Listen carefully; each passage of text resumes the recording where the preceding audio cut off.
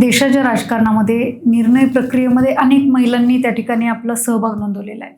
आपण बघू शकतो सुषमाजी स्वराज असतील, प्रतिभाताई पाटील असतील, सोनियाजी गांधी असतील, निर्मलाजी सीतारामन असतील आणि अशा अनेक देशातल्या महाराष्ट्रातल्या अनेक अशा महिला आहेत की ज्या निर्णय प्रक्रियेमध्ये प्रत्यक्षात आहेत. मी ग्रामीण भागामध्ये काम करते आणि आपण बघितलं असेल की स्थानिक स्वराज्य संस्थेच्या निवडणुकांमध्ये 50% आरक्षण हे महिलांना असतं.